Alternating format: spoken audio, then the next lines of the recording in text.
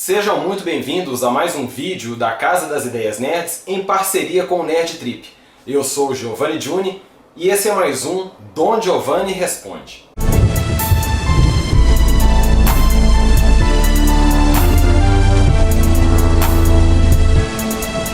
No programa de hoje nós vamos atender ao pedido do William Juliana Peloso, da terra que respira ficção científica, Varginha, Minas Gerais, que nos fez um pedido muito especial. Ele gostaria de ter indicações de boas histórias em quadrinhos para quem está começando, para quem está iniciando essa empreitada aí com as histórias em quadrinhos, com os comics. Hoje em dia é muito comum aí com esse boom dos filmes de super-heróis, das séries de super-heróis, o grande público acaba conhecendo esses personagens, se apaixonando, e nada mais do que normal, a curiosidade faz com que eles busquem no material original e nas histórias em quadrinhos mais informações sobre esses personagens.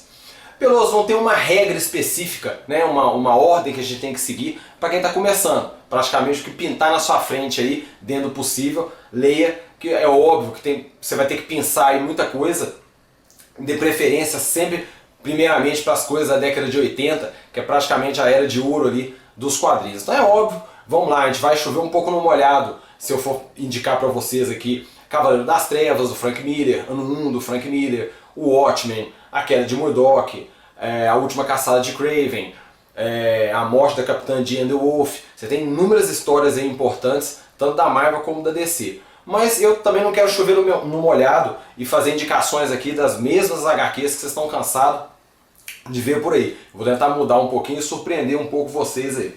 Vamos começar com uma história da Marvel Comics, fazendo a indicação aí. William, eu sei que você é muito fã do Justiceiro, então eu ia ter que incluir alguma história do personagem aí. E nós temos aqui Justiceiro e Capitão América, Sangue e Glória. Olha que bacana aí a arte do Klaus Jason.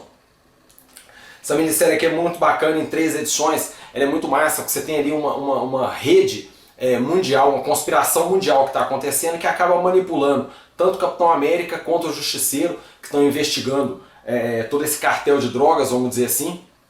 Mas você sabe que tem ali, a situação é muito maior do que aparenta, você sabe que o governo está envolvido, isso vai refletir num país de terceiro mundo. Então é muito bacana que você tenha esses dois personagens com técnicas e com forma de agir completamente diferente um do outro, acabam sendo manipulados e acabam se encontrando.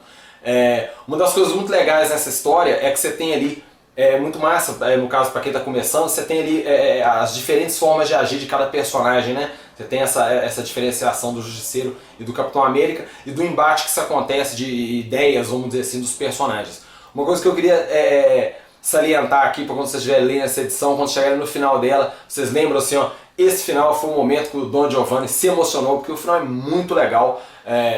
Você tem uma frase lá, um entre iguais, depois vocês vão entender o que eu estou falando, que é muito legal, exemplifica perfeito como é o tipo de relacionamento do Steve Rogers com o Frank Castle, né, como cada um vê o outro. Então fica a indicação aí, minissérie em 3 edições, Sangue e Glória, a capa do número 2 aqui, muito legal, o Justiceiro aqui em sua motocicleta, e aqui também mais uma capa aqui da edição número 3, vale muito a pena, divertidíssima essa história, muito bacana, muito massa mesmo, Sangue e Glória.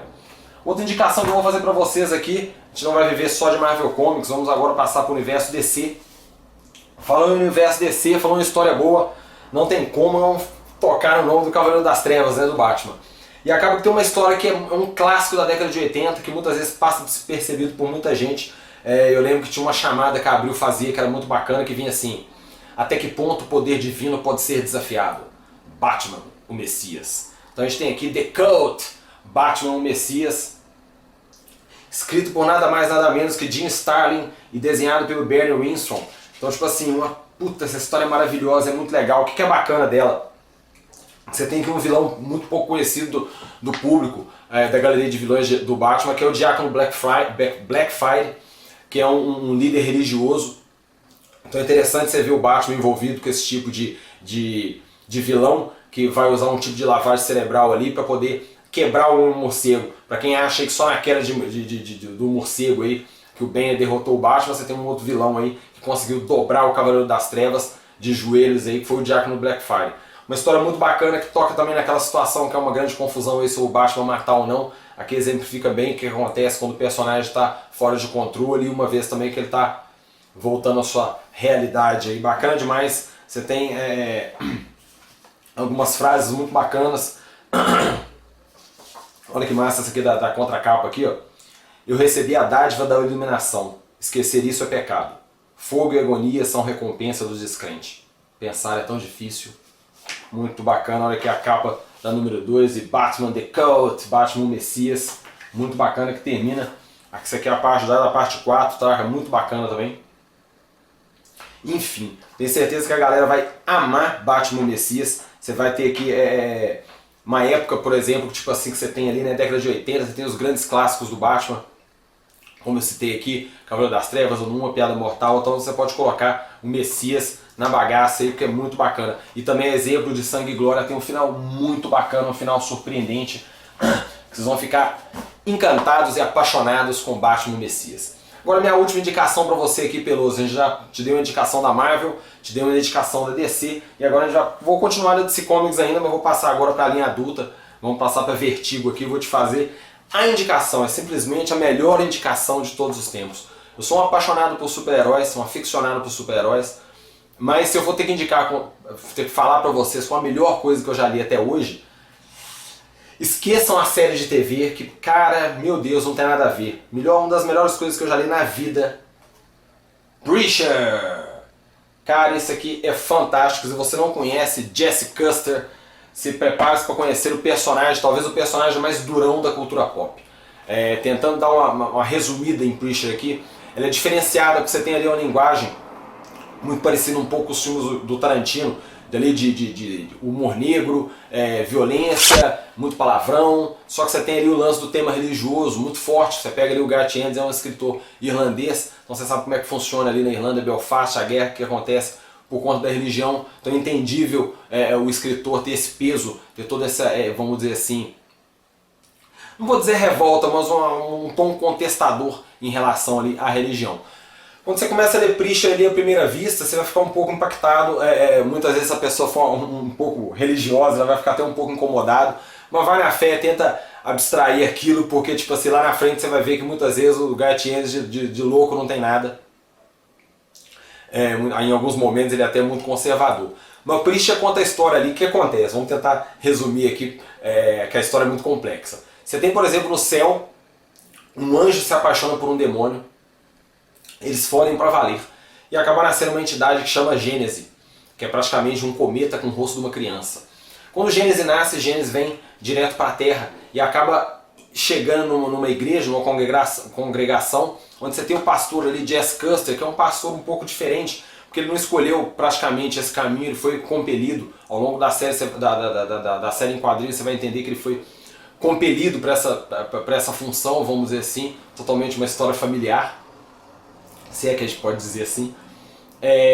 Então o que acontece? Quando o Gênesis entra dentro do Jesse Custer, desse pastor, além de praticamente matar toda a congregação, toda a igreja morre, só ele que fica vivo, ele fica com o dom da palavra de Deus. Uma vez que Gênesis está dentro dele, mais tarde ele vai tomar consciência do que se representa, mas de antemão ele já tem a palavra de Deus, ou seja, uma vez que os olhos deles ficam vermelhos, ele profere algum mandamento, alguma coisa, você vai ter que executar. A exemplo do que o Grave em Jessica Jones, por exemplo, só que é muito mais legal, num nível muito mais sortado aí. Ou seja, quando acontece esse lance de Gênesis vir para o céu, entendeu? Você descobre que Deus abandonou o paraíso, entendeu? E o Jesse Custer descobre isso também, e ele fica mega indignado, como Deus pode abandonar o paraíso. Então o que acontece? Ele acaba encontrando com a sua antiga namorada, Tulip O'Hare, uma pistoleira, entendeu? De aluguel.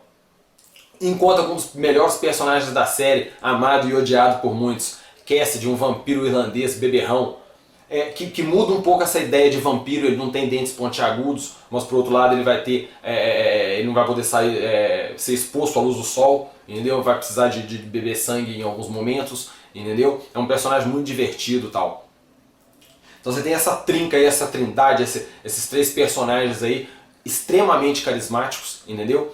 Que vão te levar, indo pro Texas aí, vamos dizer assim, nessa jornada aí, porque o Jesse Custer, ele quer o quê? Ele quer descobrir onde Deus está e quer chamar Deus à responsabilidade, como Deus pode abandonar o céu, como Deus pode nos abandonar, vamos dizer assim. Ele quer respostas acima de tudo. Muito sortado, né, o lance da história. Eu lembro que na época foi muito criticado, algumas partes mais religiosas aí ficaram muito incomodados com o teor da história, mas quando você lê todas as 66 edições, tem uma brincadeira aí com o número da besta e tal, você começa a entender que a história é muito maior, é muito mais complexa, é muito mais interessante do que você estava imaginando. Então, tipo assim, é uma das melhores coisas que eu li. O Gatinos consegue, a cada final de cada edição, de deixar um gancho para a próxima, que você fica roendo a unha para saber o que vai acontecer. Você tem um festival de bizarrices, mas que você mostra, você escancara, vamos dizer assim, o pior lado da sociedade americana, entendeu? Principalmente quando você está lidando ali com o Texas e tal, que é um povo extremamente conservador. Então vale a pena demais. Preacher, eu separei aqui algumas capas para mostrar para vocês. Essa aqui é um dos melhores arcos, tal, até o fim do mundo. Se você acha o Joffrey um vilão odioso, você tem raiva do Joffrey, é porque você não conhece a vovó, cara. Você vai ter ódio da vovó. Nunca ninguém vai fazer mais raiva em você do que a vovó, hein? Ela é a verdadeira filha da puta, não é nada do Joffrey. O Joffrey é tranquilo perto dela. Olha aqui outra capa aqui de Preacher, no caso aqui Salvation, uma das melhores fases, também um dos melhores arcos do personagem aqui, muito bacana, até a gente chegar aqui no arco final, que é muito bom, muito impactante. Alamo, essa aqui é a primeira parte de 7 edições, então vale a pena demais conferir Preacher. Pelo amor de Deus, se você conhece a série de TV, se você é um fã da série de TV, me desculpe, mas é porque você não conhece o material original. Foi um surto que o Seth Rogers tentou fazer ali, descaracterizou a série por completo, mudou coisa desnecessariamente. Uma série tão certinha, tão fechadinha, com tanta coisa para se mostrar, que é um pecado ter feito o que foi feito aí. Ter feito o que foi feito, mega redundante, é um pecado ter sido produzida a série como foi, entendeu? Apesar de você ter ali bons atores, no caso principalmente o cara que faz o Cassidy, é muito competente, mas não me convence o Jesse Custer, pela importância do personagem. A gente precisaria de um ator ali bem melhor, vamos dizer assim. Então fica a indicação aí, Preacher. Isso aqui é muito bacana, cara, vocês vão surtar com essas indicações do Don Giovanni. E eu prometo vir com mais frequências aqui, passar novas indicações de boas histórias em quadrinhos, sempre muito variado. Marvel, DC, geralmente algum tipo de quadrinho adulto. Tá ok? Espero que vocês tenham gostado. Até o próximo programa. E não se esqueçam, não deixe de acompanhar nossos programas de podcast. Semanalmente temos o Tic News, onde você confere as notícias mais importantes da semana, apresentadas por Jorge Obelix. E quinzenalmente temos o TicCast, onde você acompanha resenhas de filmes e séries mais aguardados do ano, apresentados por Igor Ops. Um outro programa de vídeo muito bacana que você pode estar acompanhando do Nerd Trip é o Que Merda é Essa?, apresentado pelo Jorge Obelix, que fica aí hateando alguma situação, alguma cena em especial de algum filme, série, histórias em quadrinhos, e aí fica totalmente variado aí. Tá ok? Um grande abraço, até o próximo programa. Tchau, tchau.